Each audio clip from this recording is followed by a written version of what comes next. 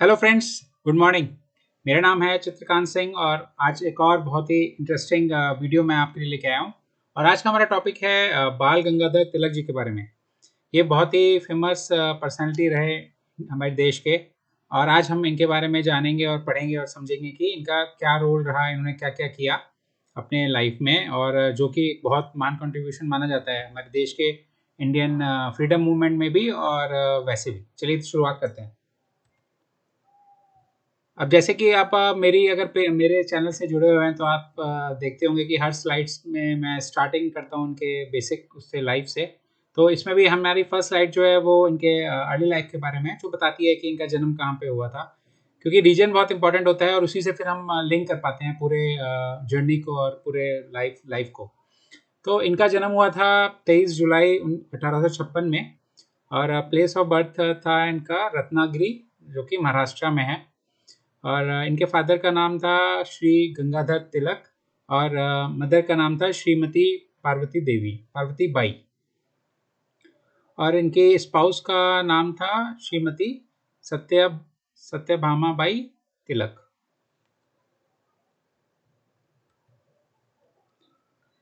Who was बाल गंगाधर तिलक?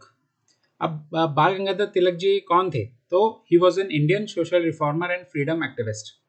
मतलब वो सोशल एक तरह से उन्होंने बहुत सारे ऐसे काम किए जो कि हमारे सोसाइटी में रिफॉर्म्स लेके आए। और दूसरा, उन्होंने हमारे इंडियन इंडिपेंडेंस जो मूवमेंट था, जो इंडिया के अंदर फ्रीडम स्ट्रगल हुआ था, उसमें भी एक बहुत बड़ा रोल प्ले किया था। He was the strongest advocate of Swaraj self rule for India. मतलब ही वॉज द एक तरह से ही वॉज द मतलब एक तरह से बहुत प्रोमिनेंट पर्सन थे जिन्होंने बोला था कि हमारे देश में या हमारी कंट्री में हमें खुद ही रूल करना चाहिए। खुद ही रूल मतलब कि उसको हम सेल्फ रूल को कहते हैं, कि जब अपना ही रूल हो तो मतलब वो होना चाहिए। और उसका दूसरा शब्द होता है स्वराज। खुद के ऊपर राज करना, मतलब अपने ही लोग राज करें अपने देश के ऊपर। He was the first leader of the Indian independence movement. ये एक्चुअली इसलिए बोला जाता है क्योंकि इन्होंने जो काम किया अपने पूरे उसमें, वो बहुत ही मतलब बहुत ही वाइड स्कोप पे काम किया और डिफरेंट डिफरेंट फील्ड्स में काम किया। और इसलिए फर्स्ट लीडर बोला जाता है। जो हम इंडियन इंडिपेंडेंस मूवमेंट जो हुआ उसके पहला एक बहुत बड़े नेता थे ये, बहुत बड़े लीडर थे, इसलिए इनको फर्स्ट लीडर बोला जाता है। और ब्रिटिशर्स जो थे, the Britishers called him the father of the Indian unrest.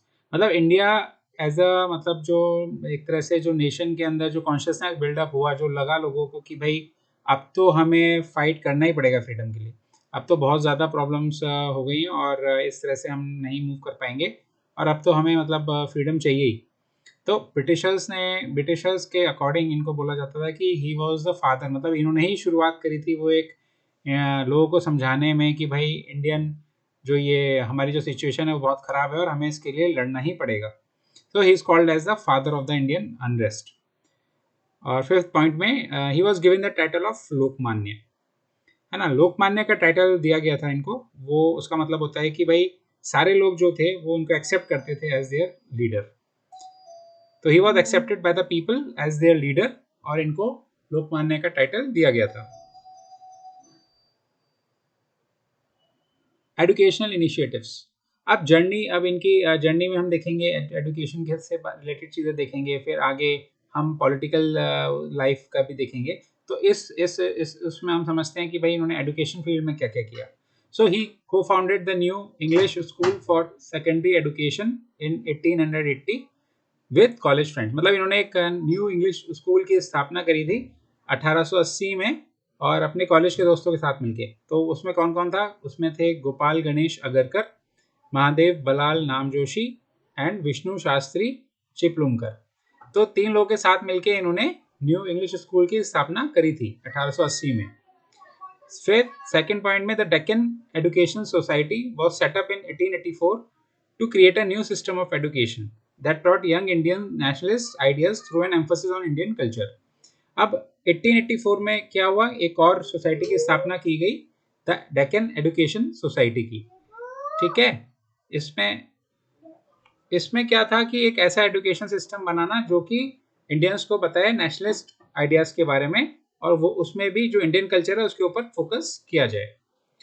Third point is Ferguson College was established in 1885 for post secondary studies. मतलब 12th के बाद की पढ़ाई कैसे होगी, तो उसके लिए फर्गूसन कॉलेज की स्थापना की गई। And Tilak taught mathematics eight Ferguson college. और तिलक ने वहाँ पे क्या पढ़ाया, बाल गंगाधर तिलक जी ने क्या पढ़ाया वहाँ पे, मैथमेटिक्स सब्जेक्ट पढ़ाया। तो अब ये देखिए, objective competitive point of view से ये तीनों ही पॉइंट बहुत इंपॉर्टेंट हो जाते हैं। अगर ये पूछते हैं कि न्यू इंग्लिश स्कूल की स्थापना कब हुई, हु फॉर्म्ड द न्यू को founded the new English school for secondary education, तो वो 1880 में हुई, है ना। डेक्कन एजुकेशन सोसाइटी की स्थापना कब हुई, वो 1884 में हुई। और अगर फर्गूसन कॉलेज से रिलेटेड क्वेश्चन आ जाता है तो उसकी स्थापना हुई 1885 में। ठीक है, तो ये हमें याद रखना है कॉम्पिटिटिव एग्जाम्स के पॉइंट ऑफ व्यू से। सोशल वर्क, अब सोशली क्या क्या चीज़ें करी बाल गंगाधर तिलक जी ने, उसको अब हम देख लेते हैं। तो in the year 1894 he popularised the celebration of Ganesh festival into a grand public event.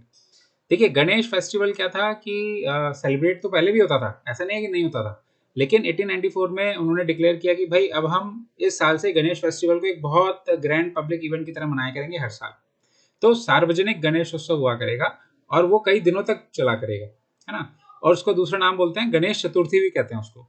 तो 1894 में उन्होंने इतना पॉपुलराइज कर दिया इस फेस्टिवल को, गणेश चतुर्थी फेस्टिवल को, कि लोगों के अंदर एक कॉमन बॉन्डिंग बनी और लोगों के अंदर एक एकजुटता आई। उनको समझ में आया कि भाई हम सब मिलके अगर हम कुछ करेंगे तो मतलब एक चेंज आ सकता है।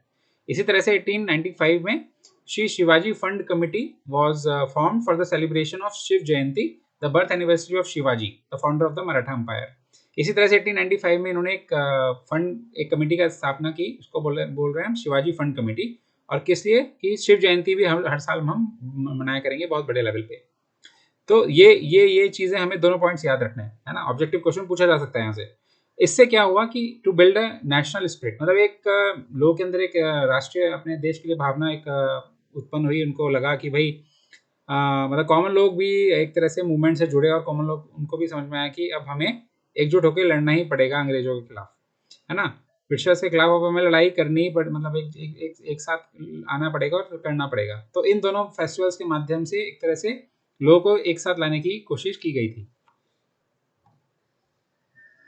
पॉलिटिकल वर्क, फिर पॉलिटिकली कैसे उनका करियर, बाल गंगाधर तिलक जी का करियर मूव हुआ, तो उसको हम देख लेते हैं। तो he join the Indian national Congress in 1890, है ना। 1890 में उन्होंने नेशनल कांग्रेस ज्वाइन कर ली, but he oppose the moderate attitude for the ways adopted to attain self rule.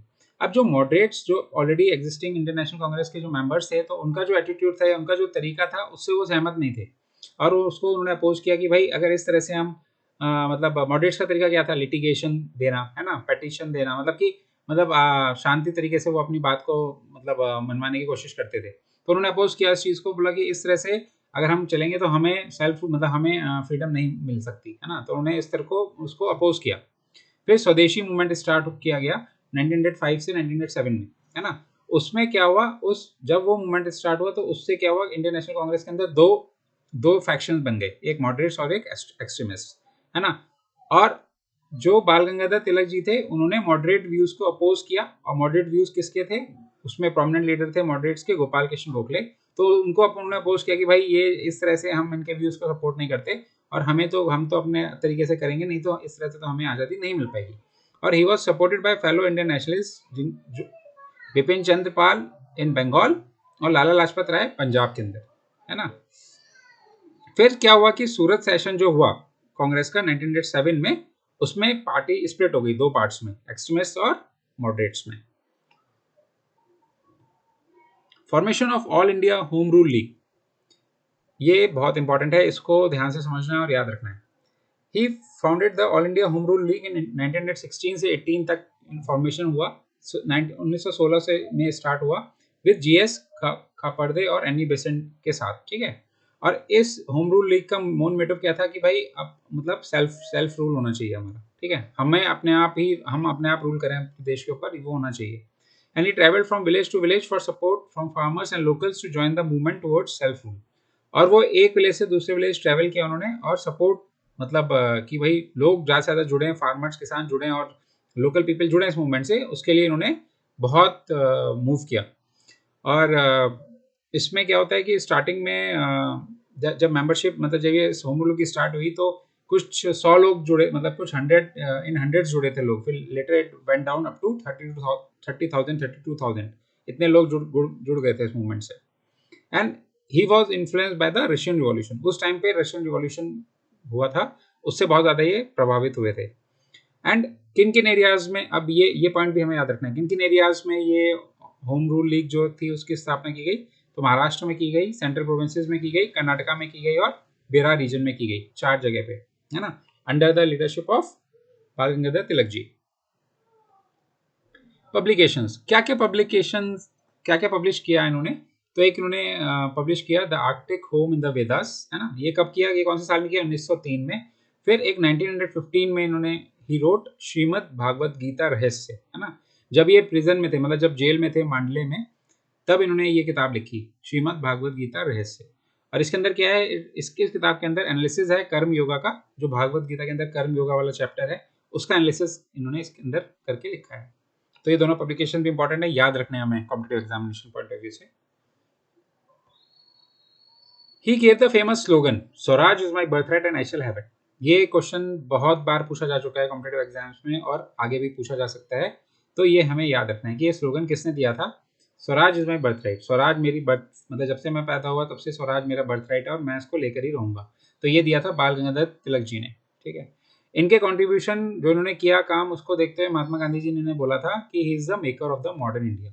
ये भी पूछा जा सकता है कि who gave the who called him the maker of modern India, तो महात्मा गांधी जी आंसर होगा उसका। और 2 फेमस न्यूज़पेपर पब्लिश्ड, जो उन्होंने पब्लिश किए वो थे केसरी, वो मराठी में था, और एक दूसरा न्यूज़पेपर था मराठा इंग्लिश में। ये भी इंपॉर्टेंट पॉइंट है, इसको भी याद रखना है कि which of the following newspapers are published by Bal Gangadhar Tilak ji. तो आंसर या तो केसरी होगा, वो भी आंसर सही है मराठी में, और मराठा होगा इंग्लिश में, वो भी आंसर सही है। दोनों ही न्यूज़पेपर इन्होंने पब्लिश किए थे। And finally he passed away on 1 August 1920 at Mumbai, Maharashtra. तो ये फाइनली उनकी डेथ हो गई थी 1 अगस्त 1920 में। Thank you so much for watching this video my dear friends. Please do like and subscribe my video and have a nice day. मैं जल्दी मिलूंगा आपके साथ एक और ऐसे इंफॉर्मेटिव वीडियो के साथ। तब तक अपना ध्यान रखिए, स्वस्थ रहिए। Good bye.